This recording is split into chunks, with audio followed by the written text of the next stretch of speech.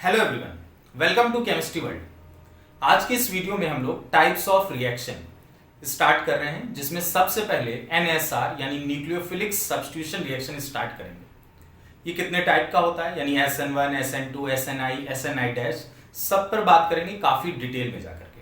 और साथ ही साथ हम लोग न्यूक्लियोफाइल के बारे में बात करेंगे कि न्यूक्लियोफाइल के अंदर जो डोनेशन एबिलिटी होती है यानी लोन पेयर को डोनेट करने की जो एबिलिटी होती है वो कब कम होती है, कब ज्यादा होती है, किसका न्यूक्लियोफिलिसिटी पावर ज्यादा है, किसका कम है, सबके बारे में हम लोग बहुत ही कॉन्सेप्चुअल स्टडी करने वाले हैं इस वीडियो में। गाइस देखिए, जो मेरा चैनल है केमिस्ट्री वर्ल्ड, इसमें जो वीडियो आने का सीक्वेंस है इसके बारे में एक बार डिस्कस कर लेते हैं और फ्यूचर में क्या प्लान है, किस तरीके से वीडियोस अपलोड होंगे। देखिए, अभी केमिकल बॉन्डिंग चैप्टर चल रहा है जिसमें से MOT हमारा खत्म हो चुका है। अब इसके बाद MOT में के बाद हम डायपोल मोमेंट के बारे में डिस्कस करेंगे, यानी जो पहले इंपॉर्टेंट टॉपिक हैं उसके बारे में बात करेंगे। फिर उसके बाद एक तरफ हमारा GOC चल रहा है। GOC में हमने देखा है कि रेजोनेंस की थ्योरी हमने कंप्लीट कर ली है और उसके बाद अब हम लोग बात करने वाले हैं एप्लीकेशन ऑफ रेजोनेंस पे, यानी स्टेबिलिटी ऑफ इंटरमीडिएट्स, कार्बोकेटाइन, कार्बोनाइन है और साथ ही साथ एसिडिक स्ट्रेंथ, जो कि बहुत ही इंपॉर्टेंट टॉपिक और थोड़ा ब्रॉड भी टॉपिक है, साथ ही साथ बेसिक स्ट्रेंथ है और जितने भी एप्लीकेशन होते हैं रेजोनेंस के, और साथ ही साथ हाइपर कॉन्जुगेशन और इंडक्टिव इफेक्ट के बारे में भी वीडियोस उसमें आएंगे। और अब ये जो रिएक्शन मैकेनिज्म यानी टाइप्स ऑफ रिएक्शन का स्टार्ट हुआ है, इसमें अभी हम लोग NSR देखने वाले हैं। फिर उसके बाद एलिमिनेशन रिएक्शन होगा, एडिशन रिएक्शन होगा। इस तरह से जितने भी टाइप्स ऑफ रिएक्शन है उससे रिलेटेड हम लोग बात करेंगे। और CSIR नेट और गेट के एस्पिरेंट्स के लिए ऑर्गेनोमेटलिक केमिस्ट्री यानी OMC भी स्टार्ट होने वाला है। सबसे पहले बात करते हैं कि सब्स्टिट्यूशन रिएक्शन क्या होता है। बहुत सिंपल सी बात है। सब्स्टिट्यूशन रिएक्शन क्या है कि एक एटम या ग्रुप किसी दूसरे एटम या ग्रुप को जब रिप्लेस करके उसकी जगह ले लेता है, उसकी पोजीशन ऑक्युपाई कर लेता है, उसी को बोलते हैं सब्स्टिट्यूशन रिएक्शन। अब न्यूक्लियोफिलिक सब्स्टिट्यूशन रिएक्शन नाम से मालूम चल रहा है कि अगर वो एटम या ग्रुप न्यूक्लियोफाइल हुआ, यानी न्यूक्लियोफाइल गया दूसरे एटम या ग्रुप को रिप्लेस किया और उसकी जगह ले लिया, तो इसी को हम लोग न्यूक्लियोफिलिक सब्स्टिट्यूशन रिएक्शन कहते हैं। लेकिन NSR के लिए कुछ बातें ध्यान में रखनी जरूरी है, जैसे कि कार्बन है और इसके साथ कोई लीविंग ग्रुप लगा है, यानी ऐसे ग्रुप जो रिलीज हो जाते हैं, मतलब बाहर निकल जाते हैं, उन्हें हम लीविंग ग्रुप कहते हैं। और ये न्यूक्लियोफाइल है जिसे हम NU और उस पर निगेटिव चार्ज से सिंबल से डिनोट करेंगे। ठीक है, ये न्यूक्लियोफाइल कार्बन पर अटैक करता है और जिस कार्बन पर अटैक करता है जनरली वो sp3 हाइब्रिडाइज्ड होना चाहिए, यानी sp3 हाइब्रिडाइज्ड होता है, उस पे न्यूक्लियोफाइल का अटैक होता है, कार्बन पर अटैक होता है न्यूक्लियोफाइल का। ठीक है, और लिविंग ग्रुप निकल जाता है, तो फाइनली ऐसे कार्बन से हमारा न्यूक्लियोफाइल अटैच हो जाता है। क्लियर, समझ में आ रही बात? ठीक, तो न्यूक्लियोफिलिक सब्स्टिट्यूशन रिएक्शन यही है कि न्यूक्लियोफाइल आया, लिविंग ग्रुप को हटाया और कार्बन पर अटैक कर दिया, और जिस कार्बन पर अटैक किया वो sp3 हाइब्रिडाइज्ड होना चाहिए। अब सवाल ये उठेगा कि न्यूक्लियोफाइल क्या होता है। ठीक है, यानी अभी सबसे इंपॉर्टेंट बात ये चलने जा रही है कि न्यूक्लियोफाइल क्या है। न्यूक्लियोफाइल का मतलब होता है जो ऐसे मॉलिक्यूल जो इलेक्ट्रॉन रिच होते हैं, यानी जिनके पास इलेक्ट्रॉन डेंसिटी ज्यादा होती है, सीधा सीधा कहा जा सकता है इलेक्ट्रॉन रिच मॉलिक्यूल्स या स्पीसीज। ठीक है, इलेक्ट्रॉन रिच मॉलिक्यूल। अब इलेक्ट्रॉन रिच का क्या मतलब है, यानी जिनके पास कम से कम एटलीस्ट वन लोन पेयर हो, या उसी को हम लोग बोलते हैं वन अनशेयर्ड पेयर इलेक्ट्रॉन। ठीक है, ऐसे इलेक्ट्रॉन्स जो बॉन्डिंग में पार्टिसिपेट नहीं किए हुए हैं, या ऐसे इलेक्ट्रॉन जिन्हें वो डोनेट कर सकता है, उन्हीं को हम लोग क्या बोलते हैं, न्यूक्लियोफाइल बोलते हैं। ठीक है, किसे डोनेट करेगा, उस कार्बन पर जहां पर इलेक्ट्रॉन की डिफिशियंसी होगी, जहां पर इलेक्ट्रॉन की कमी होगी। अब इलेक्ट्रॉन रिच मॉलिक्यूल ये तीन तरीके से हो सकते हैं। एक नॉन बॉन्डिंग इलेक्ट्रॉन जिसे हम NB से शो करेंगे। नॉन बॉन्डिंग का मतलब होता है ऐसे इलेक्ट्रॉन जो बॉन्डिंग में पार्टिसिपेट नहीं करते। उसके बाद नंबर आता है पाई इलेक्ट्रॉन्स का। पाई इलेक्ट्रॉन यानी जैसे डबल बॉन्ड या ट्रिपल बॉन्ड है, तो डबल बॉन्ड में एक सिग्मा एक पाई है, तो जो पाई बॉन्ड होता है उनमें जो इलेक्ट्रॉन्स होते हैं वो पाई इलेक्ट्रॉन्स कहलाते हैं। और फिर तीसरा जो हमारा होगा सिग्मा इलेक्ट्रॉन, यानी जो सिग्मा बॉन्डेड इलेक्ट्रॉन होते हैं, जो सिग्मा बॉन्ड में पार्टिसिपेट किए रहते हैं, उन्हें सिग्मा इलेक्ट्रॉन कहते हैं। तो न्यूक्लियोफाइल सिर्फ वही नहीं है जो लोन पेयर डोनेट करे, यानी नॉन बॉन्डिंग इलेक्ट्रॉन। साथ ही साथ न्यूक्लियोफाइल उन्हें भी कहते हैं जो अपने पाई इलेक्ट्रॉन्स को भी डोनेट कर सके, उन्हें भी कहते हैं जो अपने सिग्मा इलेक्ट्रॉन को भी डोनेट कर सके, उन्हें न्यूक्लियोफाइल कहेंगे। इलेक्ट्रॉन रिच होना चाहिए, जो किसी डिफिशियंसी वाले पोजीशन पर यानी जहां पर इलेक्ट्रॉन की कमी होगी उस कार्बन पर अटैक कर सके। ठीक है, न्यूक्लियोफाइल का अगर मीनिंग देखा जाए तो इसको बोलते हैं न्यूक्लियस लविंग। ठीक है, न्यूक्लियस लविंग का मतलब जहां पर इलेक्ट्रॉन ना हो, यानी यहां पर इलेक्ट्रॉन की कमी हो, डिफिशियंसी हो, वहां पर वो अटैक करता है। क्लियर? अब ये जो तीन बातें हैं ये बहुत इंपॉर्टेंट है। सिर्फ lone pair attacker, lone pair donate करने वाला न्यूक्लियोफाइल नहीं है। लोन पेयर है नॉन बॉन्डिंग इलेक्ट्रॉन, उसके अलावा पाई, उसके अलावा सिग्मा। जैसे हम कुछ एग्जांपल लेते हैं नॉन बॉन्डिंग वाले न्यूक्लियोफाइल कौन कौन से होते हैं। जैसे वाटर हो गया, देखिए ऑक्सीजन के पास लोन पेयर है। ठीक है, इसके बाद अमोनिया हो गया, अमोनिया में नाइट्रोजन के पास लोन पेयर है। देखिए लोन पेयर भी वही डोनेट कर सकता है जिसका ऑक्टेट कंप्लीट हो, यानी जिसके पास सफिशिएंट इलेक्ट्रॉन हो। अगर ऑक्टेट ही नहीं कंप्लीट है तो वो अपने लोन पेयर को डोनेट नहीं कर सकता। जैसे आपको एग्जांपल दे, क्लोरीन, क्लोरीन के पास भले ही लोन पेयर है, लेकिन क्या क्लोरीन एटम का ऑक्टेट कंप्लीट होता है? नहीं, क्लोरीन एटम का ऑक्टेट नहीं कंप्लीट है, उसके आउटर मोस्ट शेल में ओनली 7 इलेक्ट्रॉन है। तो जब ऑक्टेट ही नहीं कंप्लीट है तो इसलिए क्लोरीन न्यूक्लियोफाइल का वर्क नहीं कर सकता है। ठीक है, तो ये बात भी ध्यान में रखना है। वाटर हो गया, अमोनिया हो गया, जैसे अल्कोहल हो गया, अल्कोहल में ऑक्सीजन के पास लोन पेयर है। आपका NH2 हाइड्रोजीन हो गया। ठीक है, इसमें भी नाइट्रोजन के पास लोन पेयर है। इस तरीके से जैसे CH3NH2 हो गया, यहां पर भी नाइट्रोजन के पास लोन पेयर है। तो जहां लोन पेयर प्रेजेंट है नॉन बॉन्डिंग ऑर्बिटल में, इन्हीं को नॉन बॉन्डिंग इलेक्ट्रॉन्स कहते हैं, तो इसके जरिए से ये जहां पर इलेक्ट्रॉन की कमी होगी वो लोन पेयर डोनेट कर देंगे, तो ये न्यूक्लियोफाइल कहलाएंगे। ठीक है, कौन से न्यूक्लियोफाइल? नॉन बॉन्डिंग वाले न्यूक्लियोफाइल। ठीक है, पाई इलेक्ट्रॉन्स डोनेट करने वाले जो न्यूक्लियोफाइल होते हैं उसका एग्जांपल देखते हैं। ठीक है, जो पाई इलेक्ट्रॉन्स डोनेट करते हैं, suppose that CH2 double bond CH2 यानी एक एल्कीन है। ठीक है, और हमारे पास है Br+। क्लियर? अब ब्रोमीन पर पॉजिटिव चार्ज है, यानी जाहिर सी बात है ब्रोमीन के पास इलेक्ट्रॉन की कमी है। तो अब ये जो कार्बन कार्बन के बीच में डबल बॉन्ड है, यानी एक सिग्मा और एक पाई, तो ये पाई बॉन्ड जो होगा, यानी पाई बॉन्ड के थ्रू ये दोनों कार्बन एटम इस पर अटैक कर सकते हैं। ठीक है, अटैक करेंगे, यानी इस पाई बॉन्ड में 2 इलेक्ट्रॉन्स है। फाइनली हम इसको इस तरह लिख सकते हैं CH2 एंड ब्रोमीन से इस तरीके से वो कनेक्ट हो रहे हैं। ठीक है, दोनों, क्योंकि एक इलेक्ट्रॉन इसके पास है पाई इलेक्ट्रॉन और एक इसके पास है पाई इलेक्ट्रॉन, तो इसके थ्रू वो पाई इलेक्ट्रॉन्स भी डोनेट कर सकते हैं। तो जो पाई इलेक्ट्रॉन्स डोनेट करते हैं वो भी न्यूक्लियोफाइल कहलाते हैं। ठीक है, अब इसके बाद एक एग्जांपल देखते हैं sigma electrons. Sigma electron donate करने वाले भी न्यूक्लियोफाइल कहलाते हैं। ठीक है, वो सिग्मा इलेक्ट्रॉन को भी डोनेट कर सकते हैं। जैसे ग्रिग्नार्ड रिएजेंट इसका एक बहुत ही फेमस एग्जांपल है, RMgX। ग्रिग्नार्ड रिएजेंट सब जानते होंगे, ये जो एल्काइल ग्रुप है, अगर हम इसको अलग जब करते हैं MgX को, ठीक है, तो RMgX में से हमको R निगेटिव, ठीक है, ये हमको एल्काइल ग्रुप जिस पर निगेटिव चार्ज है, क्लियर, ये हमको एज अ न्यूक्लियोफाइल मिलता है। देखिए ये किससे अटैच था? सिग्मा बॉन्ड से। तो जो सिग्मा इलेक्ट्रॉन है, ठीक है, ये R के साथ यानी एल्काइल ग्रुप के साथ जो सिग्मा बॉन्ड है और उसमें पाए जाने वाला जो सिग्मा इलेक्ट्रॉन है वो डोनेट करता है। ठीक है, किसको? जहां पर इलेक्ट्रॉन की कमी हो, यानी सपोज दैट जैसे कार्बन प्लस है, इसके पास इलेक्ट्रॉन की कमी है, तो ये एल्काइल ग्रुप इसे डोनेट करेगा। तो ये क्या डोनेट कर रहा है? अपने सिग्मा इलेक्ट्रॉन्स को डोनेट कर रहा है। समझ में आई बात? तो न्यूक्लियोफाइल सिर्फ वही नहीं जो लोन पेयर डोनेट कर रहा है, न्यूक्लियोफाइल वो है जो नॉन बॉन्डिंग इलेक्ट्रॉन के साथ साथ पाई इलेक्ट्रॉन्स और सिग्मा इलेक्ट्रॉन्स को भी डोनेट करता है। उन्हें हम लोग न्यूक्लियोफाइल बोलते हैं। क्लियर? अब ये जो इलेक्ट्रॉन को डोनेट करने की टेंडेंसी है, इसे न्यूक्लियोफाइल की न्यूक्लियोफिलिसिटी कहा जाता है। ठीक है, फिर से रिपीट कर रहा हूं, न्यूक्लियोफिलिसिटी। न्यूक्लियोफिलिसिटी का मतलब tendency to donate electron, nucleophilicity. ठीक है, टेंडेंसी टू डोनेट इलेक्ट्रॉन्स।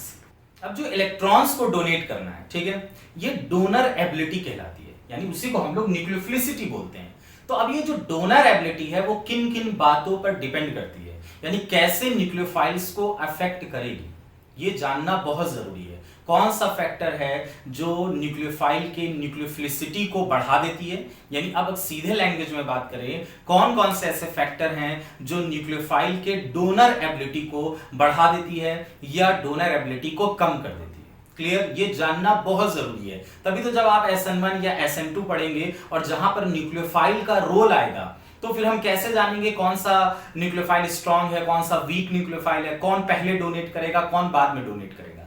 या ऐसे भी क्वेश्चन आते हैं कि एक ही मॉलिक्यूल में कई सारे डोनर एटम हैं, यानी जो लोन पेयर को डोनेट कर सकते हैं, ठीक है, लेकिन करेगा एक टाइम पे तो एक ही डोनेट ना, तो हमें कैसे मालूम चलेगा रिएक्शन मैकेनिज्म में कि कौन सा एटम पहले लोन पेयर को डोनेट कर रहा है या कौन सा एटम पहले अपने इलेक्ट्रॉन्स पेयर को डोनेट करेगा। क्लियर, समझ में आ रही बात? हम किस मकसद से ये पढ़ रहे हैं, ये बात भी जानना बहुत जरूरी है। न्यूक्लियोफिलिसिटी, डोनर एबिलिटी, ठीक है। अब ये डोनर एबिलिटी किन किन बातों पे डिपेंड करेगा उस पे डिस्कस करेंगे, लेकिन उससे पहले इस डोनर एबिलिटी को समझते हैं मॉलिक्यूल लेवल पर, ठीक है। अभी एमओटी हम की वीडियो अपलोड किए हैं, उसमें हमने होमो लूमो के बारे में बताया, उस कॉन्सेप्ट से समझने की कोशिश करेंगे तो बहुत अच्छे ढंग से हमें न्यूक्लियोफाइल की डोनर एबिलिटी समझ में आ जाएगी। डोनर एबिलिटी एक्सप्लेन करने के लिए सिंपल सा एक मॉलिक्यूल लेते हैं, H2 मॉलिक्यूल। H2 मॉलिक्यूल को अगर ध्यान से देखा जाए तो टोटल कितने इलेक्ट्रॉन हैं? 2 इलेक्ट्रॉन्स। अब इसका एमओटी डायग्राम बनाते हैं, बहुत सिंपल सा एमओटी ऑर्बिटल डायग्राम होगा। एक तरफ 1s है, दूसरी तरफ भी 1s, दोनों हाइड्रोजन। ये 1s ऑर्बिटल कंबाइन होंगे, कंबाइन होकर के हमको एक सिग्मा 1s देंगे, यानी बॉन्डिंग मॉलिक्यूलर ऑर्बिटल, ठीक है। और एक तरफ हमको देंगे सिग्मा स्टार 1s, यानी एंटी बॉन्डिंग मॉलिक्यूलर ऑर्बिटल। और 1s में 1 इलेक्ट्रॉन और इसके भी हाइड्रोजन के 1s में 1 इलेक्ट्रॉन, दोनों तरफ हाइड्रोजन एटम, यानी हमने हाइड्रोजन मॉलिक्यूल का ऑर्बिटल एनर्जी डायग्राम बना लिया। अब इसको फिल करते हैं, 1 1 2 इलेक्ट्रॉन, एक ऑर्बिटल में मैक्सिमम 2 इलेक्ट्रॉन, तो दोनों इलेक्ट्रॉन यहां पर आ गए, ठीक है, यानी सिग्मा स्टार 1s खाली है। अब होमो और लूमो पहचानना मैं आपको बता चुका हूं, हाईएस्ट ऑक्युपाइड मॉलिक्यूलर ऑर्बिटल, ठीक है। तो एक ही ऑर्बिटल हमको दिख रहा है जो कि हाईएस्ट ऑक्युपाइड है, ठीक है, ये होमो हो गया। और ये ऑर्बिटल पूरी तरीके से खाली है, ये क्या कहलाएगा? लोवेस्ट अनऑक्युपाइड मॉलिक्यूलर ऑर्बिटल, यानी लूमो कहलाता है, ठीक है। अब ये होमो लूमो बताने का क्या मकसद है? कोई भी मॉलिक्यूल है, कोई भी स्पीसीज है, एनायन है, ठीक है, तो जो उसके अंदर डोनर एबिलिटी पाई जाती है वो होमो के थ्रू पाया जाता है। यहां से वो इलेक्ट्रॉन डोनेट करता है, जनरली वो होमो से, हाईएस्ट ऑक्युपाइड मॉलिक्यूलर ऑर्बिटल से इलेक्ट्रॉन को डोनेट करेगा। इसीलिए जो होमो होना चाहिए वो हायर एनर्जी का होना चाहिए, यानी जिस ऑर्बिटल की एनर्जी जितनी ज्यादा होगी वो उतनी आसानी से अपने इलेक्ट्रॉन पेयर को डोनेट कर सकता है। बहुत सिंपल पॉइंट है, चाहे तो अपने लैंग्वेज में एक लाइन में लिखिएगा, यानी कोई भी मॉलिक्यूल या जो न्यूक्लियोफाइल बन रहा है वो अपने इलेक्ट्रॉन पेयर को कहां से डोनेट करता है? वो डोनेट करता है होमो से, ठीक है, या वो ऑर्बिटल जिसकी एनर्जी बहुत ज्यादा होती है, हायर एनर्जी। जितने हायर एनर्जी में वो इलेक्ट्रॉन पाया जाएगा उतनी आसानी से वो अपने इलेक्ट्रॉन को डोनेट करेगा, ठीक है। और वो एक्सेप्ट कहां से करता है? ठीक है, कोई मॉलिक्यूल इलेक्ट्रॉन एक्सेप्ट कहां से करता है? लूमो से, यानी लोवेस्ट अनऑक्युपाइड मॉलिक्यूलर ऑर्बिटल्स में से इलेक्ट्रॉन एक्सेप्ट किए जाते हैं, ठीक है। इसलिए लूमो लोअर एनर्जी का होना चाहिए, जितना लोअर एनर्जी का होगा उतनी आसानी से वो इलेक्ट्रॉन को एक्सेप्ट करेगा। अब यहां पर एक कंफ्यूजन दिमाग में आ सकता है कि भैया होमो तो नीचे बना है और लूमो ऊपर बना है, तो इसकी एनर्जी तो ऑलरेडी ज्यादा है, तो आप तो कह रहे हैं कि लोअर एनर्जी का होना चाहिए, ठीक है। होमो लूमो में कंपेयर नहीं करना हायर लोअर का। हो सकता है कि एंटी बॉन्डिंग ऑर्बिटल, अभी तो हाइड्रोजन मॉलिक्यूल है, सिर्फ एक ही एंटी बॉन्डिंग ऑर्बिटल है, खाली ऑर्बिटल है।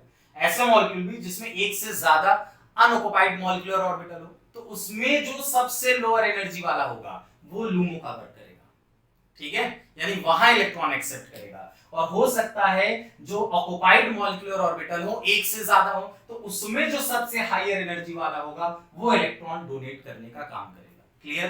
तो यहां पर कोई कंफ्यूजन मत रखिएगा। जो अनऑक्युपाइड मॉलिक्यूलर ऑर्बिटल होंगे उसमें जो सबसे लोअर एनर्जी होगा वो इलेक्ट्रॉन एक्सेप्ट करेगा, और जो ऑक्युपाइड मॉलिक्यूलर ऑर्बिटल होंगे उसमें जो सबसे हायर एनर्जी होगा वो इलेक्ट्रॉन डोनेट करने का काम करेगा। तो अगर हम H2 मॉलिक्यूल से सीख लें तो H2 मॉलिक्यूल से हमें एक बात समझ में आता है कि अगर ये एज अ न्यूक्लियोफाइल वर्क करेगा तो कहां से वर्क करेगा? सिग्मा 1s से, ठीक है। H2 मॉलिक्यूल अगर न्यूक्लियोफाइल का वर्क करेगा तो इलेक्ट्रॉन डोनेट करेगा 1s के थ्रू, ठीक है। और अगर H2 मॉलिक्यूल इलेक्ट्रोफाइल का वर्क कर रहा है, इलेक्ट्रोफाइल यानी जिसके पास इलेक्ट्रॉन की कमी होती है और वो at least 1 electron pair donate accept कर सकता है, उसको इलेक्ट्रोफाइल बोलते हैं। ठीक है, तो H2 मॉलिक्यूल इलेक्ट्रोफाइल वर्क करेगा कहां से? सिग्मा स्टार 1s के थ्रू। क्लियर? तो अभी हम लोग डोनर एबिलिटी के बारे में बात कर रहे हैं। तो डोनर एबिलिटी यानी सीधा सीधा एक कहानी कि जिसकी हायर एनर्जी जिस ऑर्बिटल की होगी वहां से वो इलेक्ट्रॉन डोनेट करेगा। क्लियर? इतनी बात समझ में आ गई होगी। ठीक है, अब इसके बाद देखते हैं हम लोग कि न्यूक्लियोफाइल की जब मैंने डिफिनेशन बताई तो वहां 3 टाइप के इलेक्ट्रॉन का डिस्कशन हुआ, non bonding electron, pi electron और तीसरा है हमारा सिग्मा इलेक्ट्रॉन। ठीक है, उन तीनों के बारे में हम लोग बात करते हैं। ठीक है, क्लियर? सपोज दैट एक एग्जांपल लेते हैं CH2 डबल बॉन्ड CH2 का। ठीक है, एल्कीन का। तो आप देखेंगे यहां पर 2 टाइप का बॉन्ड है, एक सिग्मा है और एक पाई। ठीक, अब इनके ऑर्बिटल्स हम बनाते हैं। सिग्मा ऑर्बिटल सबसे नीचे होता है, उसका एनर्जी लेवल सबसे कम होता है। ठीक है, फिर उसके बाद आता है नंबर पाई ऑर्बिटल का, यानी ऊपर की ओर जैसे जैसे चलेंगे एनर्जी इंक्रीज करेगी, एनर्जी इंक्रीज कर रही है। फिर उसके बाद देखिए इसमें सिग्मा और पाई है। ठीक, तो एक सिग्मा एक पाई, तो इसके बिहाफ पर एक आपका पाई स्टार यानी एंटी बॉन्डिंग मॉलिक्यूलर ऑर्बिटल बनेगा, फिर एक सिग्मा स्टार यानी sigma anti bonding molecular orbital बनेगा। ठीक है, इस तरीके से ऑर्बिटल का हमने सीक्वेंस बना दिया, लोअर एनर्जी, उससे हायर एनर्जी, उससे हायर, फिर उससे हायर। ठीक है, तो सिग्मा में भी इलेक्ट्रॉन है 2 इलेक्ट्रॉन, देखो सिग्मा बॉन्ड जो बना है 1 2, और पाई में भी देखिए 1 2, तो पाई ऑर्बिटल में भी 2 इलेक्ट्रॉन है। ठीक, अब एक बात बताइए, अब अगर इससे लोन पेयर डोनेट करना है, मतलब अपने इलेक्ट्रॉन्स को डोनेट करना है, न्यूक्लियोफाइल का वर्क करेगा, तो वो कहां से करेगा? सिग्मा से करेगा कि पाई से करेगा?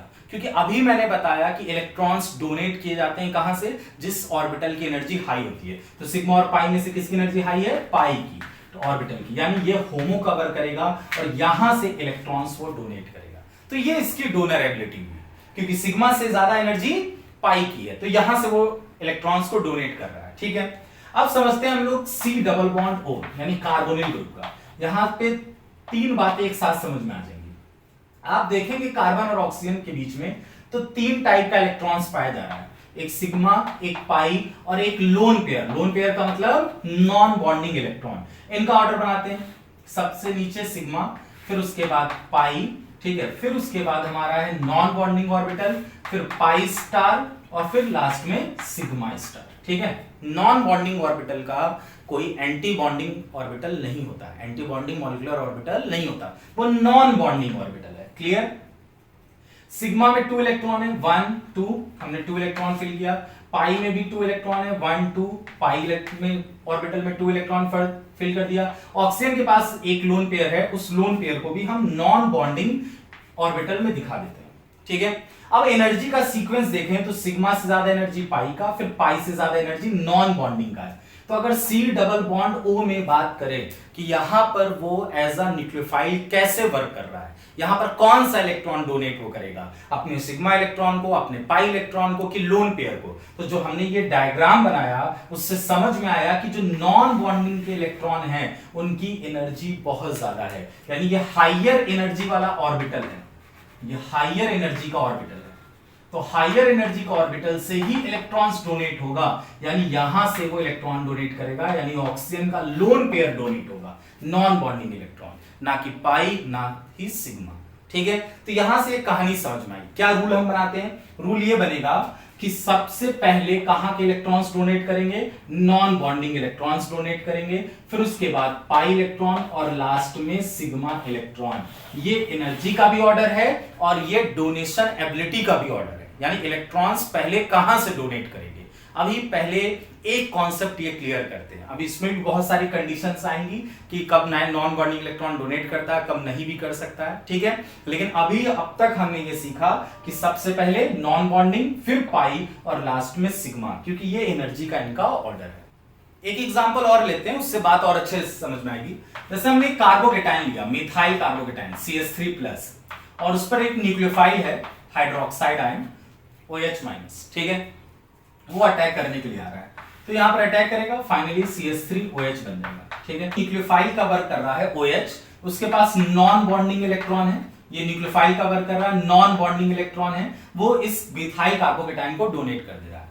ये जो मिथाइल कार्बोकेटाइन बना है, ये बना कैसे होगा, पहले इस बात को समझते हैं। CH4 यानी मीथेन है, उसमें कार्बन को अगर देखें तो कार्बन का इलेक्ट्रॉनिक कॉन्फ़िगरेशन आप जानते हैं 1s2 2s2 2p2, ठीक है। 2s2 2p2 देखते हैं, 2s2 यानी 1 2 इलेक्ट्रॉन एंड 2p में भी 2 इलेक्ट्रॉन है, ठीक है। 2s और 2p में 1 एंड 2, ठीक। लेकिन कितने हाइड्रोजन अटैच हैं, 4। तो आपको मालूम होगा कि यहाँ पर हाइब्रिडेशन होता है। हाइब्रिडेशन के लिए एक इलेक्ट्रॉन एक्साइटेड स्टेट में जाता है और जंप करके यहाँ पर आ गया। तो अब टोटल 4 ऑर्बिटल हमारे पास खाली है। एक हाइड्रोजन यहाँ से कनेक्ट, यहाँ से भी एक हाइड्रोजन, यहाँ से भी एक हाइड्रोजन और यहाँ से भी एक हाइड्रोजन। फाइनली ये हो गया। अब CH4 से CH3 प्लस बनने के लिए क्या हुआ होगा, यानी एक H माइनस निकला होगा। H माइनस का मतलब होगा कि वो अपने इलेक्ट्रॉन्स को लेकर के साथ में निकला होगा, ठीक है। पूरा एक बॉन्ड निकला है ना, यानी CH4 ऐसे है, ये देखिए, ठीक। यानी एक हाइड्रोजन पूरा निकला होगा, ये तो ये पूरे बॉन्ड के साथ निकला होगा। बॉन्ड का मतलब है पूरा एक ऑर्बिटल को रिमूव कर दो, ठीक है। एक ऑर्बिटल के इलेक्ट्रॉन को पूरा निकाल दो बाहर, रिमूव कर दो, ठीक है। तो जब ये पूरा ऑर्बिटल निकल जाएगा तो इसके दोनों इलेक्ट्रॉन निकल गए, तो ये वाला ऑर्बिटल खाली हो जाएगा। इसको मैं ऊपर साफ साफ बनाता हूं, यानी अब s वाले दोनों इलेक्ट्रॉन और p का देखिए, ठीक, इस तरीके से कुछ है। ये ऑर्बिटल एम्प्टी हो गया, खाली हो गया, ठीक है। और ये ऑर्बिटल कौन सा है, p ऑर्बिटल, यानी p ऑर्बिटल पूरी तरीके से खाली हो गया, ठीक है। अब उसी खाली p ऑर्बिटल में ये जो न्यूक्लियोफाइल का नॉन बॉन्डेड इलेक्ट्रॉन है वो चला जाता है, ठीक है। तो कभी आपसे ऐसे क्वेश्चन पूछे कि यहां पर इलेक्ट्रॉन का ट्रांसफर कहां से कहां हुआ है, तो यहां पर हम बताएंगे कि नॉन बॉन्डिंग इलेक्ट्रॉन से p ऑर्बिटल में इलेक्ट्रॉन का ट्रांसफर हुआ। और यहां से एक कॉन्सेप्ट और सीख लीजिए कि जो भी कार्बोकेटाइन बनता है, कार्बोकेटाइन में एक एम्प्टी p ऑर्बिटल होता है और उसी p ऑर्बिटल में न्यूक्लियोफाइल अपना लोन पेयर या जो नॉन बॉन्डिंग इलेक्ट्रॉन्स होते हैं वो उसे डोनेट करता है। क्लियर। तो यहां से आपको उम्मीद है समझ में आया होगा डोनर एबिलिटी के बारे में कि न्यूक्लियोफाइल किस तरीके से अपने इलेक्ट्रॉन्स को, चाहे वो नॉन बॉन्डिंग हो, चाहे सिग्मा हो, चाहे पाई हो, डोनेट करेगा। बस ध्यान रखना है हायर एनर्जी वाले से, ठीक है, वहां से इलेक्ट्रॉन्स को वो डोनेट करेगा। अब ये जो न्यूक्लियोफाइल की न्यूक्लियोफिलिसिटी है, यानी जो डोनर एबिलिटी है, वो किन किन बातों पर डिपेंड करता है वो हम लोग देखेंगे। जो सबसे पहला पॉइंट है वो ये है कि आपने छोटे क्लास में पढ़ा होगा कि जैसे जैसे हम न्यूक्लियस से दूर जाते हैं, ठीक है, जैसे जैसे हम न्यूक्लियस से दूर होते हैं वैसे वैसे एनर्जी इंक्रीज करता है, यानी डिस्टेंस बढ़ता है तो साथ ही साथ एनर्जी भी इंक्रीज करती है। आपको पता है न्यूक्लियस के सबसे क्लोज में कौन सा ऑर्बिटल होता है, s ऑर्बिटल, ये सबसे क्लोज में होता है। तो जो सबसे क्लोज होगा वहां पर अट्रैक्शन फोर्स ज्यादा लगेगा, और जब अट्रैक्शन फोर्स ज्यादा लगता है तो एनर्जी डाउन हो जाती है, यानी एनर्जी डिक्रीज कर जाएगी, यानी s ऑर्बिटल का एनर्जी बहुत कम होता है, ठीक है। और हम क्या कह रहे हैं, जैसे जैसे दूर जाते जाएंगे वैसे वैसे एनर्जी क्या होती जाएगी, बढ़ती चली जाएगी। जैसे सिर्फ s ऑर्बिटल है और फिर उसके बाद मान लेते हैं एक sp ऑर्बिटल है, फिर उसके बाद आपका sp2 और sp3 ऑर्बिटल है, ठीक है। तो s में यानी 100% यहां पर सिर्फ और सिर्फ s ऑर्बिटल है, ठीक है। और जहां पर s ऑर्बिटल का जो परसेंटेज हम देखते हैं कि किस मॉलिक्यूल में कितना परसेंटेज s ऑर्बिटल का है, उसे हम लोग s कैरेक्टर के नाम से भी जानते हैं, ठीक है। s कैरेक्टर का क्या मतलब होता है कि s ऑर्बिटल न्यूक्लियस के बहुत ज्यादा क्लोज है, इसका मतलब है कि अट्रैक्शन ज्यादा फील करेगा, यानी इसका ये मतलब निकलता है कि उसकी इलेक्ट्रोनेगेटिविटी बहुत ज्यादा है। यानी एक कॉन्सेप्ट यहां पे लिख लेते हैं कि परसेंटेज ऑफ s कैरेक्टर अगर जितना ज्यादा होगा उस मॉलिक्यूल का या उस एटम का इलेक्ट्रोनेगेटिविटी बहुत ज्यादा होगी। बहुत इंपॉर्टेंट पॉइंट है, ध्यान में रखिएगा ये बात, ठीक है। s कैरेक्टर ज्यादा होगा तो इलेक्ट्रोनेगेटिविटी ज्यादा होगा। तो अब इतनी तो बात समझ में आ रही होगी कि अगर इलेक्ट्रोनेगेटिविटी बढ़ेगी, यानी डोनर एटम की अगर इलेक्ट्रोनेगेटिविटी काफी ज्यादा है, तो क्या वो अपने लोन पेयर को या जो उसके पास इलेक्ट्रॉन्स है क्या डोनेट करने देगा? नहीं, यानी उसकी डोनेशन एबिलिटी पर फर्क पड़ जाएगा, यानी उसके लोन पेयर को वो पकड़ कर रखेगा, डोनेट नहीं करने देगा, ठीक है। यानी इसकी न्यूक्लियोफिलिसिटी कम हो जाएगी। तो s कैरेक्टर बढ़ने का मतलब है कि इलेक्ट्रोनेगेटिविटी बढ़ेगी। इलेक्ट्रोनेगेटिविटी बढ़ने का मतलब है कि जो डोनेशन की एबिलिटी है, डोनेशन एबिलिटी, ठीक है, वो क्या हो जाएगी, वो भी डिक्रीज हो जाएगी, ठीक है, डिक्रीज हो जाएगी, कम हो जाएगी। क्लियर, यानी न्यूक्लियोफिलिसिटी कम हो जाएगी, ठीक। लेकिन यहां इस तरीके से समझते हैं इसको, s का 100%, sp में आपको पता है कि s ऑर्बिटल 50% होता है, ठीक है, यहाँ पर s का हम परसेंटेज लिख रहे हैं, और sp2 में s का जो परसेंटेज होता है वो 33.3 समथिंग परसेंटेज आ जाता है, ठीक है, और sp3 के अंदर s का जो परसेंटेज होता है वो 25 होता है। तो आप देख रहे होंगे कि कौन सा हाइब्रिड ऑर्बिटल है जहां पर s का परसेंटेज सबसे कम है, तो s का परसेंटेज सबसे कम sp3 में है। और अगर सिर्फ प्योर p ऑर्बिटल की बात करें तो जो प्योर p ऑर्बिटल है उसमें 100% p ऑर्बिटल है, 100% p है, p का कैरेक्टर पाएगा, ठीक है, यानी इसमें s का कोई कैरेक्टर नहीं है, ठीक, क्लियर। तो अगर इनमें अगर एनर्जी का ऑर्डर बनाया जाए तो सबसे ज्यादा s का कैरेक्टर यानी s ऑर्बिटल में खुद है, यानी उसकी इलेक्ट्रोनेगेटिविटी बहुत ज्यादा, मतलब एनर्जी सबसे कम। फिर उसके बाद जैसे जैसे परसेंटेज कम होता जाएगा s का, वैसे वैसे एनर्जी बढ़ती चली जाएगी, ठीक है। तो सबसे ज्यादा एनर्जी, ये हमने एनर्जी का ऑर्डर बनाया है, p ऑर्बिटल का होगा इन आपस में जो हमने कंपैरिजन किया है, यानी अगर इलेक्ट्रॉन डोनेशन की एबिलिटी देखी जाए तो सबसे ज्यादा किस में पाई जाएगी, p ऑर्बिटल में, ठीक है, यानी इसको हम लिख देते हैं इलेक्ट्रॉन डोनेशन एबिलिटी, ठीक। तो आपको यहां से भी सारी कहानी समझ में आ रही है, वही बात मैंने यहां पर भी बताया है, ठीक है। जैसे जैसे s कैरेक्टर बढ़ेगा इलेक्ट्रोनेगेटिविटी बढ़ेगी, इलेक्ट्रोनेगेटिविटी बढ़ेगी, एनर्जी डिक्रीज कर जाएगी, और जब एनर्जी डिक्रीज कर जाएगी तो डोनेशन एबिलिटी भी कम हो जाएगी। स्टार्टिंग में जो मैंने एमओटी वाला कॉन्सेप्ट बताया उसका मकसद ही यही था कि आप एनर्जी से इसे रिलेट कर सकें, तो यहां पर भी मैं एनर्जी से ही रिलेट करके बता रहा हूं, क्लियर। देखिए इसमें कोई एस कैरेक्टर नहीं, तो इसकी एनर्जी सबसे ज्यादा, यानी इसकी डोनेशन एबिलिटी भी सबसे ज्यादा होगी, ठीक है। अब इसके बाद हम लोग इसे बॉन्ड एंगल से रिलेट करते हैं तो कहानी और अच्छे ढंग से समझ में आएगी। बॉन्ड एंगल के साथ उसका क्या रिलेशन है, इसके लिए मैं आपको एक सीधा सा एग्जांपल बताता हूं, बहुत सिंपल, उसे हमेशा अपने माइंड में रखिए। अगर आप कंफ्यूज होते हैं तो उसे बस याद कर लिया करिए।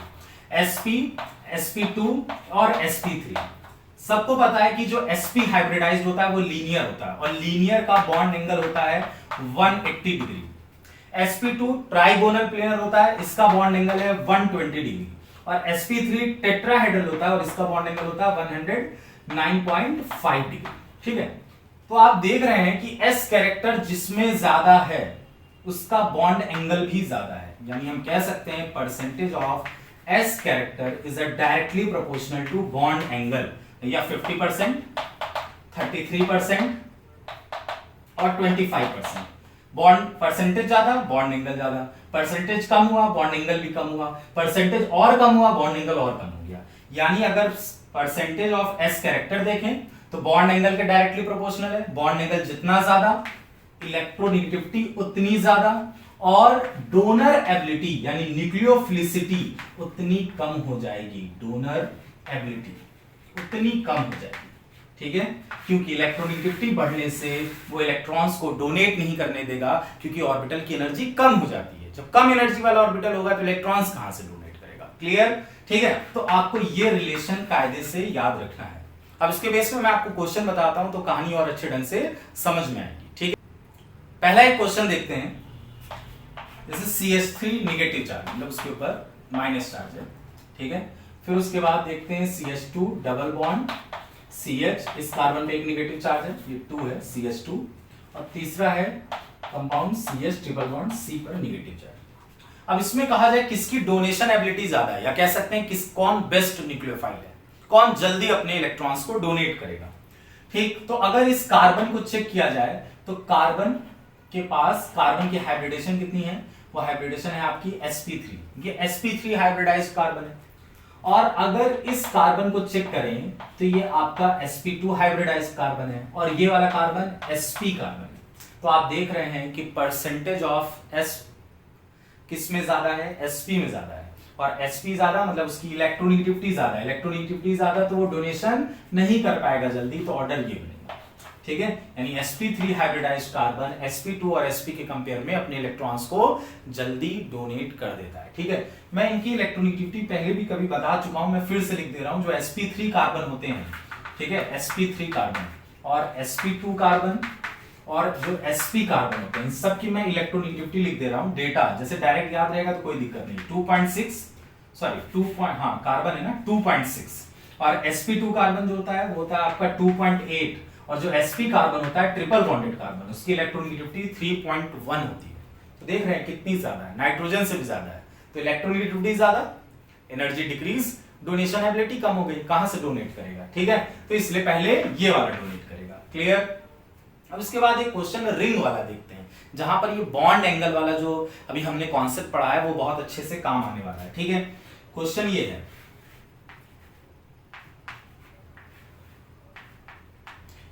थ्री मेंबर्ड रिंग है, उसमें नाइट्रोजन ट्रैप है और यहां पर उसके पास लोन पेयर है। एक 4 मेंबर्ड बनाते हैं रिंग, ठीक है, यहां पर भी नाइट्रोजन, और एक 5 मेंबर्ड रिंग, यहां पर भी, ठीक है, लोन पेयर। अब इसमें पूछा जाए कौन बेस्ट न्यूक्लियोफाइल। सपोज दैट एक 3 मेंबर्ड रिंग बना लेते हैं, ठीक है, सीधा सा, और मान लेते हैं बाहर ये जो हाइड्रोजन लगे हुए हैं, क्लियर। रिंग जितना स्मॉल होता है, मतलब 3 मेंबर्ड रिंग से तो रिंग स्टार्ट होती है, यानी सबसे स्मॉलेस्ट रिंग है।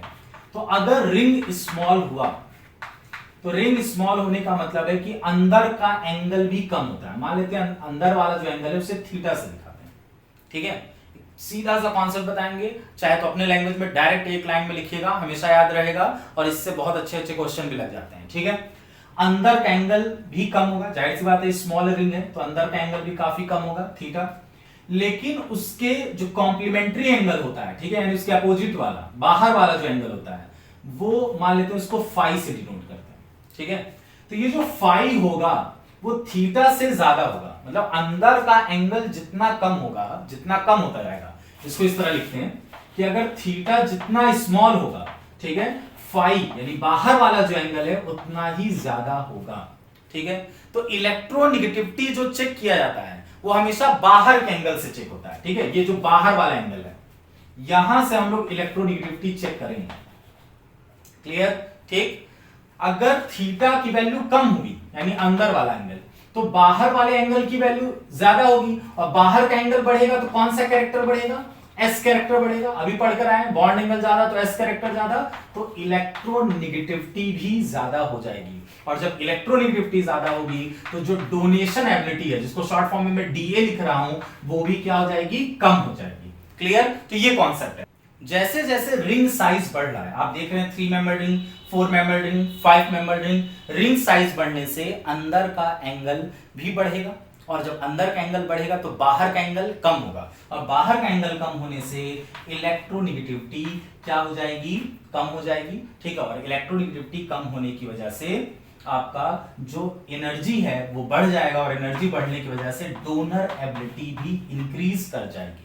तो ये जो नाइट्रोजन के पास लोन पेयर दिख रहा है, रिंग साइज बढ़ने की वजह से इनकी डोनर एबिलिटी भी बढ़ जाएगी, यानी सबसे पहले ये डोनेट करेगा, क्योंकि इसकी इलेक्ट्रोनेगेटिविटी कम है बाहर वाली, ठीक है, क्योंकि बाहर का एंगल कम है, अंदर का एंगल ज्यादा है, क्लियर। तो ये रूल आपको ध्यान में रखना है। ऐसे एक रिंग बना लीजिए और इसमें ये पॉइंट लिख लीजिए कि अगर अंदर का एंगल कम होगा तो बाहर का एंगल ज्यादा, ठीक है, और अगर अंदर वाला एंगल ज्यादा तो बाहर का एंगल कम, तो एस कैरेक्टर भी कम, ठीक है, और इलेक्ट्रोनेगेटिविटी भी कम, लेकिन डोनर एबिलिटी जो है वो इंक्रीज कर जाएगी, क्लियर, ठीक है। तो ये जो रिंग वाले क्वेश्चन होते हैं वो इसी तरीके से सॉल्व होंगे। एक और क्वेश्चन करते हैं जिससे और ज्यादा क्लियरिटी आएगी।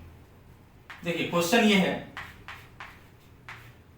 एक 3 मेंबर रिंग पे बना लेते हैं, 4 मेंबर रिंग, 5 मेंबर रिंग पर बना लेते हैं सी डबल बॉन्ड O, और एक 6 मेंबर रिंग, ठीक है, और ऑक्सीजन के पास लोन पेयर है। बात ये होगी कौन आसानी से अपने इलेक्ट्रॉन पेयर को डोनेट कर लेगा, यानी किसकी डोनर एबिलिटी ज्यादा है। रिंग साइज इंक्रीज कर रहा है, अभी बात हुआ है कि रिंग साइज अगर बढ़ेगा तो जाहिर सी बात है अंदर वाले जो एंगल्स हैं वो भी क्या होंगे, बढ़ेंगे, और अंदर के एंगल बढ़ेंगे तो बाहर के एंगल कम होंगे, बाहर के एंगल कम हो जाएगा तो एस कैरेक्टर कम, यानी इलेक्ट्रोनेगेटिविटी कम, और जैसे इलेक्ट्रोनेगेटिविटी कम होगी उनकी डोनेशन एबिलिटी बढ़ जाएगी, क्लियर। यानी सीधा सा आप एक रूल बना सकते हैं कि रिंग साइज ज्यादा तो डोनर एबिलिटी यानी उनकी डोनेशन एबिलिटी भी ज्यादा होगी, क्लियर, यानी उनकी न्यूक्लियोफिलिसिटी बढ़ जाएगी। तो यही न्यूक्लियोफिलिसिटी था, ठीक है, और उसका फैक्टर भी हमने देख लिया एनर्जी के टर्म में, और फिर एस कैरेक्टर के टर्म में, और फिर उसके बाद बॉन्ड एंगल। अब देखेंगे और भी बहुत सारे फैक्टर इसके अलावा होते हैं जो न्यूक्लियोफाइल के न्यूक्लियोफिलिसिटी को अफेक्ट करते हैं, ठीक है, वो भी देखेंगे और साथ ही साथ कुछ क्वेश्चन भी करेंगे। सबसे पहले ये दो क्वेश्चन हम लोग डिस्कस करते हैं और इस क्वेश्चन से ये भी हमको बेनिफिट मिलेगा कि यहां से हम एक नया कॉन्सेप्ट सीखने जा रहे हैं कि ये जो नॉन बॉन्डिंग इलेक्ट्रॉन यानी जो लोन पेयर होता है, ठीक है, ये लोन पेयर दो टाइप का होता है। एक होता है लोकलाइज्ड, ठीक, और एक होता है डीलोकलाइज्ड। यानी जो रेजोनेंस पढ़े होंगे वहां पर जो कॉन्जुगेशन के टर्म होते हैं, यानी अगर लोन पेयर पाई बॉन्ड के साथ अल्टरनेट पोजीशन पर है या लोन पेयर पॉजिटिव चार्ज के साथ एडजेसेंट पोजीशन पर लगा हुआ है तो वहां लोन पेयर डीलोकलाइज हो जाएगा। डीलोकलाइज का मतलब अपनी पोजीशन पर ना बने रहना, ठीक है, अपनी पोजीशन को लगातार चेंज करते रहना। तो अगर वो अपनी पोजीशन को चेंज करता रहेगा तो वो अवेलेबल ही नहीं होगा डोनेट करने के लिए, तो कहां से वो डोनेट करेगा? क्लियर, ठीक है। तो ये भी कॉन्सेप्ट हम लोग यहां पर सीखेंगे। पहले क्वेश्चन समझते हैं क्या कह रहा है। पहला क्वेश्चन ये है कि मान लेते हैं इसको नंबरिंग करते हैं, ये वाला जो नाइट्रोजन है इसको 1, यहां के वाले नाइट्रोजन को 2 और इस ऑक्सीजन एटम को 3, ठीक है। आपसे यहां पूछ रहा है कि कौन यहां पर डोनेट जल्दी करेगा, मतलब किसकी डोनेशन एबिलिटी ज्यादा है। आप कहोगे यहां पर तो पाई बॉन्ड्स भी हैं, पाई बॉन्ड भी तो डोनेट करता है, लेकिन पहले ही हम ऑर्डर बना चुके हैं कि सबसे पहले डोनेशन किसका होता है? नॉन बॉन्डेड इलेक्ट्रॉन का, फिर उसके बाद पाई का आता है, फिर लास्ट में सिग्मा का आता है। तो पहले लोन पेयर को ही हम लोग डिस्कस करेंगे क्योंकि लोन पेयर की डोनेशन एबिलिटी सबसे ज्यादा होती है। तो आइए पहले चेक करते हैं तीसरा जो एटम है ऑक्सीजन की। ऑक्सीजन के पास जो लोन पेयर है, पहले तो इसका हाइब्रिडेशन निकालते हैं इस ऑक्सीजन एटम का। तो इस ऑक्सीजन एटम यानी सिंगल बॉन्डेड ऑक्सीजन एटम है, यानी इसका हाइब्रिडेशन क्या होगा? sp3, ठीक है, sp3 हाइब्रिडाइज्ड है। और इस नाइट्रोजन का हाइब्रिडेशन कैलकुलेट करते हैं। ये वाला जो नाइट्रोजन है इसका भी हाइब्रिडेशन कितना है? sp3 है। और ये वाला जो नाइट्रोजन है देखिए डबल बॉन्डेड नाइट्रोजन है, इसका मतलब ये हाइब्रिडेशन कितना होगा इसका? sp2। यानी इन दोनों में s कैरेक्टर कम है, मतलब इलेक्ट्रोनेगेटिविटी कम है, तो ये जल्दी डोनेट करने चाहिए। और ये sp2 यानी s कैरेक्टर बढ़ गया और इसकी इलेक्ट्रोनेगेटिविटी कम, इसकी इलेक्ट्रोनेगेटिविटी ज्यादा हो गई, यानी इसका डोनेशन एबिलिटी कम होना चाहिए। लेकिन ऐसा नहीं है क्योंकि यहां पर ये वाला कॉन्सेप्ट आ गया। आप देखिए लोन पेयर और पाई बॉन्ड कैसे पोजीशन पर है? ये लोन पेयर और पाई बॉन्ड अल्टरनेट पोजीशन पर है, तो इसका मतलब है कि ये लोन पेयर पाई बॉन्ड की तरफ शिफ्ट हो रहा है, डीलोकलाइज हो रहा है, यानी ये ऑक्सीजन वाला जो लोन पेयर है वो डीलोकलाइज्ड हो रहा है। तो जाहिर सी बात है इसकी डोनेशन एबिलिटी नहीं होगी क्योंकि वो अपनी पोजीशन पे है ही नहीं, वो तो अपनी पोजीशन चेंज कर रहा है, तो अवेलेबल ही नहीं है, तो ये डोनेट कहां से करेगा? ठीक है, इसकी कहानी खत्म करते हैं। अब अगर इस नाइट्रोजन को तो देखें तो ये नाइट्रोजन का लोन पेयर और पाई बॉन्ड अल्टरनेट पोजीशन पर है, तो ये लोन पेयर इस बगल वाले बॉन्ड पर शिफ्ट होगा और ये पाई बॉन्ड कॉन्जुगेशन में है तो ये आगे वाले नाइट्रोजन पर शिफ्ट हो जाएगा, ठीक है। तो ये वाले नाइट्रोजन की भी इलेक्ट्रोनेगेटिविटी भले ही कम है, यानी हाइब्रिडेशन sp3 है, s कैरेक्टर कम है, लेकिन इसकी जो लोन पेयर है, नॉन बॉन्डेड इलेक्ट्रॉन जो है वो डीलोकलाइज्ड हो रहे हैं, और जो डीलोकलाइज्ड होते हैं वो डोनेशन के लिए अवेलेबल नहीं होते हैं। बचा ये नाइट्रोजन, एक तो ये वाला नाइट्रोजन और ये पाई इलेक्ट्रॉन मिल करके इसकी इलेक्ट्रॉन डेंसिटी को भी बढ़ा रहे हैं, यानी इसके पास इलेक्ट्रॉन डेंसिटी ज्यादा है। और दूसरी बात है कि इसका जो लोन पेयर है वो लोकलाइज्ड है, यानी अपनी पोजीशन पर ही बना हुआ है, इसलिए ये आसानी से लोन पेयर को डोनेट कर देगा, यानी इसकी डोनेशन एबिलिटी ज्यादा होगी, ठीक है। तो जब भी आप नॉन बॉन्डेड इलेक्ट्रॉन को चेक करेंगे तो ये भी देख लीजिएगा कहीं ऐसा तो नहीं है कि वो डीलोकलाइजेशन में फंसा हुआ है। क्लियर। अब इस वाले में देखते हैं, यहां पर जो क्वेश्चन है कितने एटम है, जैसे ये ऑक्सीजन हो गया 1, ये वाला 2 हो गया, इसको 3 नंबर दे देते हैं, 4 नंबर और 5 नंबर, ठीक है। सबको लाइन से चेक करते हैं। ये जो ऑक्सीजन के पास लोन पेयर है, डबल बॉन्डेड ऑक्सीजन है, हाइब्रिडेशन sp2 हो गया, ठीक है। सिंगल बॉन्डेड ऑक्सीजन है, इसका हाइब्रिडेशन sp3 है। यहां भी सिंगल बॉन्डेड नाइट्रोजन है, हाइब्रिडेशन sp3 है। Double bonded oxygen sp2 hybridised, single bond nitrogen ये आपका हो गया sp3। तो आप देखिए पहले sp3 वाले को या sp2 जो भी है सबके लोन पेयर को चेक करते हैं, ठीक है। इनका जो लोन पेयर है sp3 वाला, लोन पेयर और पाई बॉन्ड कैसे पोजीशन पर है? अल्टरनेट पोजीशन पर है, यानी ये तो डीलोकलाइज्ड है, तो इसको तो खत्म करो, जो डीलोकलाइज्ड है उसको हटाते जाओ। इसका lone pair pi bond alternate position पर, ये भी डीलोकलाइज्ड है, ठीक है, तो इसे भी हटाइए, ठीक है, डीएल लिख दे रहा हूं, मतलब डीलोकलाइज्ड। क्लियर। अब कौन कौन लोकलाइज्ड है?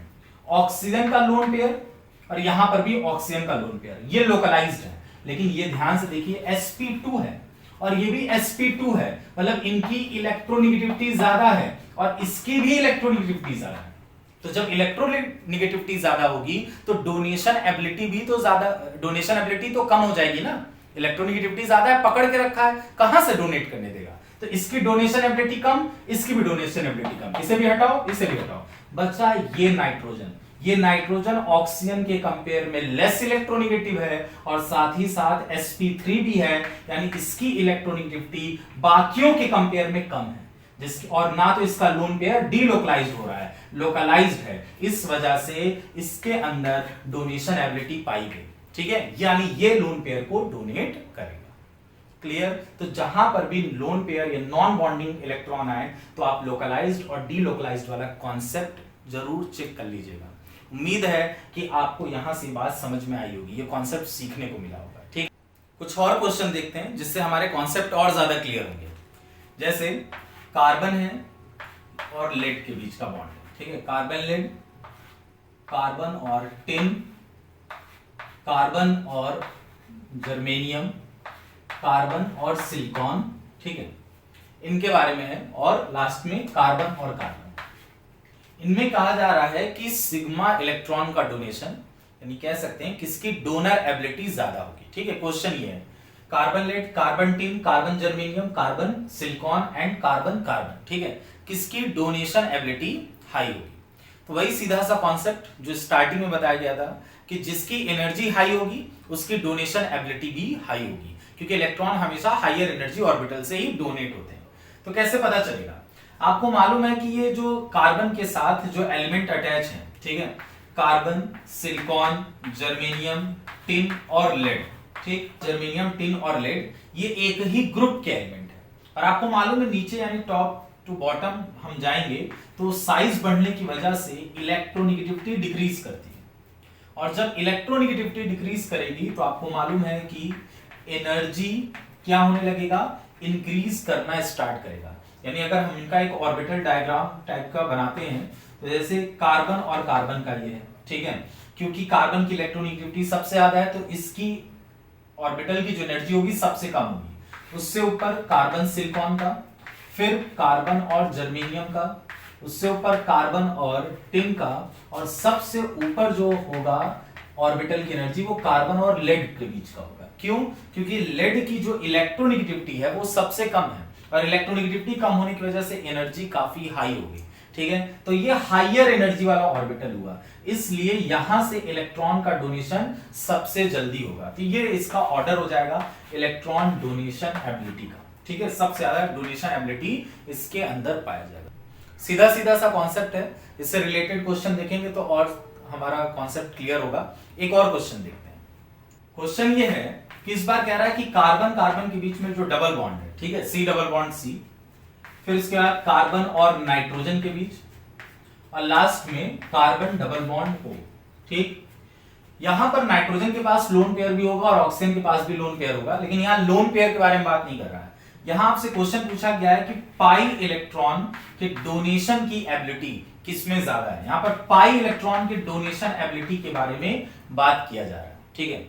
तो आपको मालूम है कि कार्बन और कार्बन यहां नाइट्रोजन है और यहां ऑक्सीजन है, तो कार्बन, नाइट्रोजन और ऑक्सीजन, इन तीनों में सबसे ज्यादा इलेक्ट्रोनेगेटिविटी किसकी होती है? ऑक्सीजन की होती है। तो ऑक्सीजन की इलेक्ट्रोनेगेटिविटी ज्यादा होने की वजह से इसका जो पाई ऑर्बिटल, सिर्फ हम पाई ऑर्बिटल बना रहे हैं, पाई ऑर्बिटल की एनर्जी सबसे कम होगी और उससे ज्यादा नाइट्रोजन की होगी एनर्जी, और सबसे हाई एनर्जी किसकी होगी?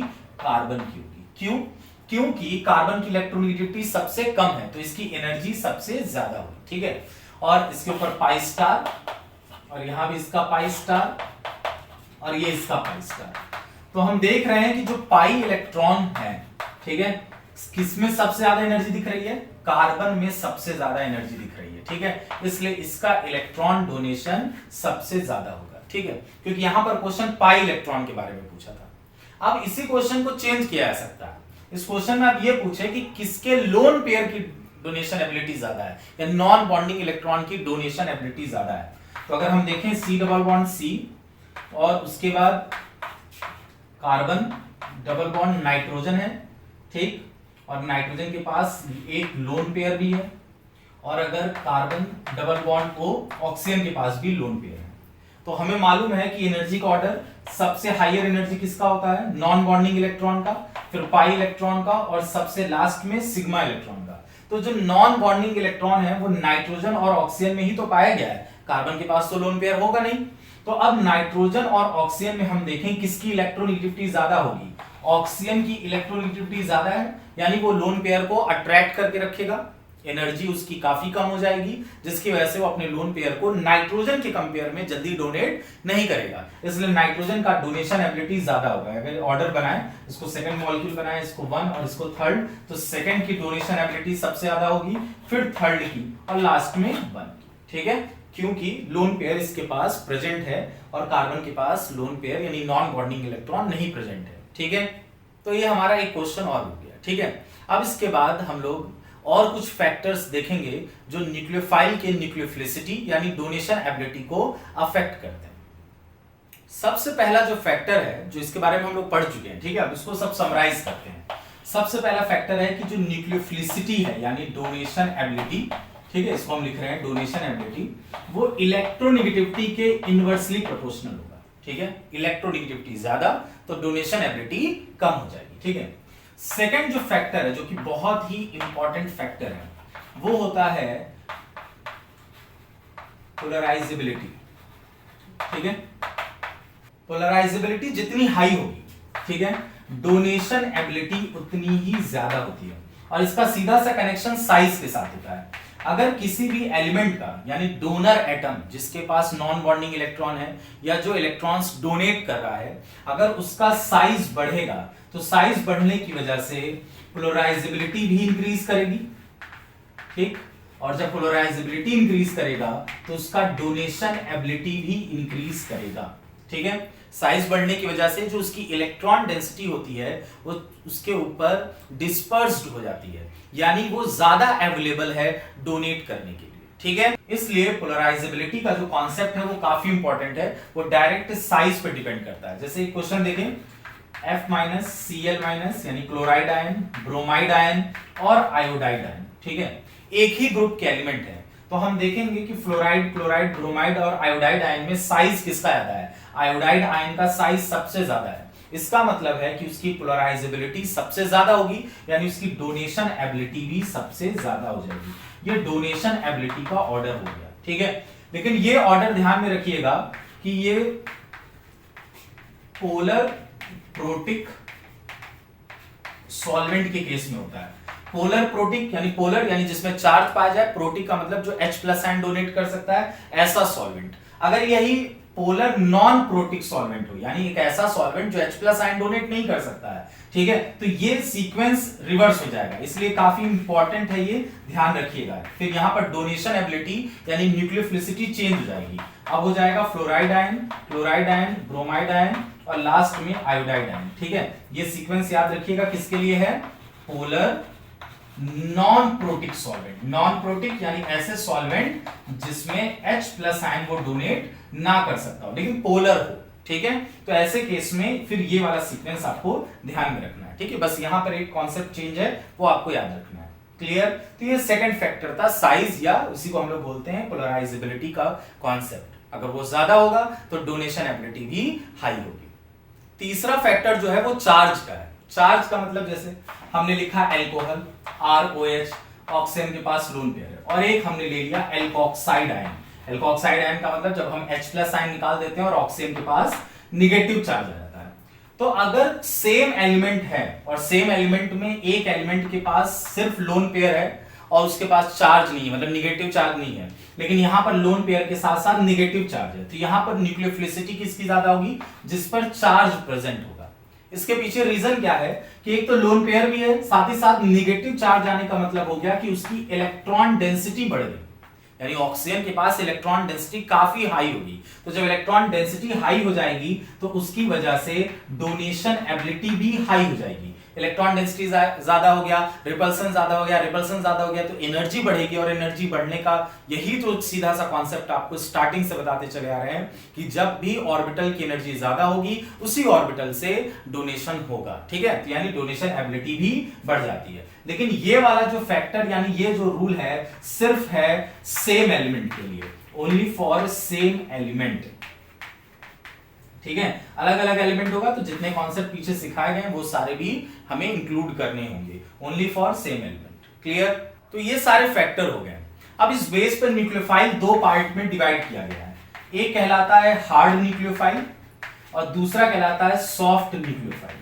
सॉफ्ट न्यूक्लियोफाइल का मतलब जिसकी पोलराइजेबिलिटी ज्यादा होगी, ठीक है। हार्ड न्यूक्लियोफाइल की पहचान क्या है कि उसकी इलेक्ट्रोनेगेटिविटी ज्यादा होगी, हाई इलेक्ट्रोनेगेटिव, और सेकंड ये है कि उसका साइज जो होगा वो स्मॉल होगा। जाहिर सी बात है जिसकी इलेक्ट्रोनेगेटिविटी ज्यादा होगा उसका साइज भी कम होगा। और सॉफ्ट न्यूक्लियोफाइल का मतलब है कि जिसकी इलेक्ट्रोनेगेटिविटी कम होगी, लो इलेक्ट्रोनेगेटिव का होगा, यानी उसका साइज ज्यादा होगा, लार्ज साइज का होगा। तो साइज ज्यादा होने का मतलब ये है कि इलेक्ट्रॉन ज्यादा पोलराइजेबल होगा, मतलब आसानी से अवेलेबल होगा डोनेशन करने के लिए, ठीक है। तो ये हो गया सॉफ्ट न्यूक्लियोफाइल और हार्ड न्यूक्लियोफाइल का कॉन्सेप्ट। अब जितने भी कॉन्सेप्ट हमने पढ़े हैं या जितने भी फैक्टर्स पढ़े हैं उनको हम समराइज करते हैं, ठीक है। अब पीरियोडिक टेबल में हम देखते हैं कि ग्रुप में टॉप टू बॉटम और लेफ्ट टू राइट यानी पीरियड में लेफ्ट टू राइट जाने पर न्यूक्लियोफिलिसिटी पर क्या इफेक्ट पड़ता है, ठीक है।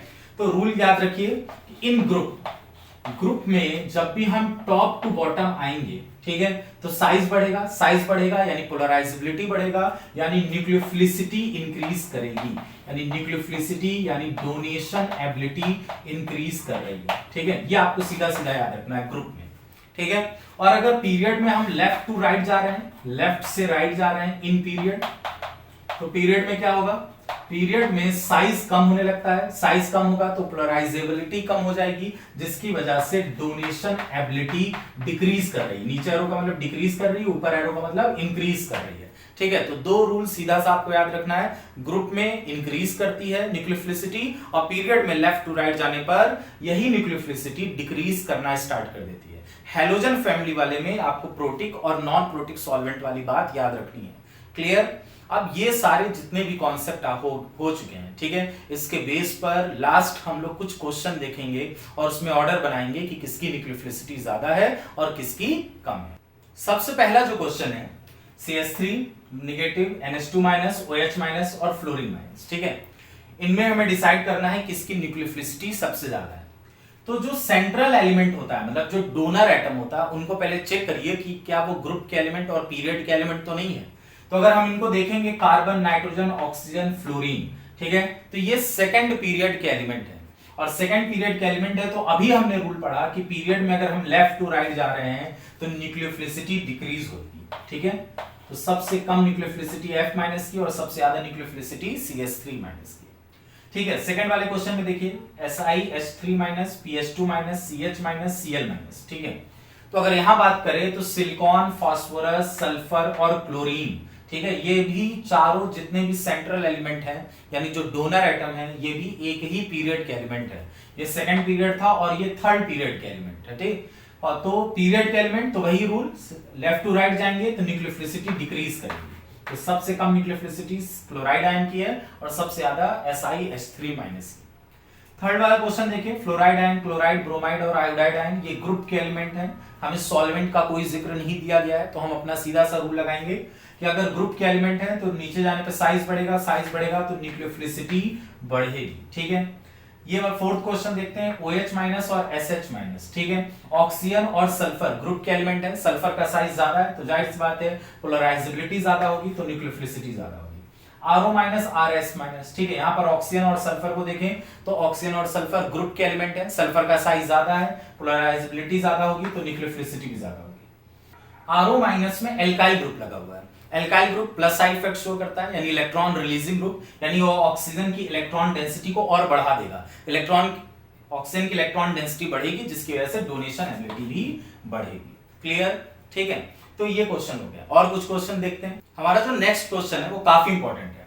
ये वाला क्वेश्चन देखिए ध्यान से, RCOO माइनस, PHO माइनस यानी फिनाइल ग्रुप यानी बेंजीन रिंग लगा हुआ है, OH फिर निगेटिव चार्ज RO माइनस। ठीक है, इनमें हमें डिसाइड करना है किसकी डोनर एबिलिटी सबसे ज्यादा होगी। देखिए RCO माइनस, इसको हम ऐसे बनाते हैं, एल्काइल ग्रुप है, कार्बन डबल बॉन्ड O और ऑक्सीजन पे निगेटिव चार्ज। तो यहां हम देखेंगे negative charge pi bond alternate position पर है, यानी यहां रेजोनेंस वर्क कर रहा है। इसका मतलब है कि ये वाला जो नॉन बॉन्डिंग इलेक्ट्रॉन है, यानी जो निगेटिव चार्ज है, वो रेजोनेंस में यानी डीलोकलाइजेशन में इन्वॉल्व है। ठीक है, यानी इनका निगेटिव चार्ज यहां जाएगा, फिर ये पाई बॉन्ड ब्रेक होकर के यहां चला जाएगा। इसके साथ एक और रेजोनेटिंग स्ट्रक्चर बन जाएगा RCO minus and double bond O। यहां पर जो ये दो रेजोनेटिंग स्ट्रक्चर बन रहे हैं RCOO माइनस के, आप देखेंगे कि ये एक इक्वल रेजोनेटिंग स्ट्रक्चर है। इक्वल और अनइक्वल रेजोनेटिंग स्ट्रक्चर का एक कॉन्सेप्ट पे मैंने एक वीडियो बनाया हुआ है। ठीक है, उसका लिंक मैं डिस्क्रिप्शन में दे दूंगा, वहां पर आप देख लीजिएगा। लेकिन यहां पर बात आ गई तो डिस्कस कर लेते हैं। Same charge on same atom, तो उसे हम बोलते हैं इक्वल रेजोनेटिंग स्ट्रक्चर। आप देखेंगे निगेटिव चार्ज ऑक्सीजन पे, यहां पर भी निगेटिव चार्ज ऑक्सीजन पर, तो same charge on same atom है, जिसकी वजह से ये इक्वल रेजोनेटिंग स्ट्रक्चर है। और जो इक्वल रेजोनेटिंग स्ट्रक्चर होता है वो बहुत ही ज्यादा स्टेबल होता है। ठीक है, तो ये इतना ज्यादा स्टेबल है कि ये अपने निगेटिव चार्ज यानी इनके पास जो नॉन बॉन्डिंग इलेक्ट्रॉन है वो उसे डोनेट नहीं करेगा। ठीक है, वो रेजोनेटिंग स्ट्रक्चर में ही इन्वॉल्व है। क्लियर?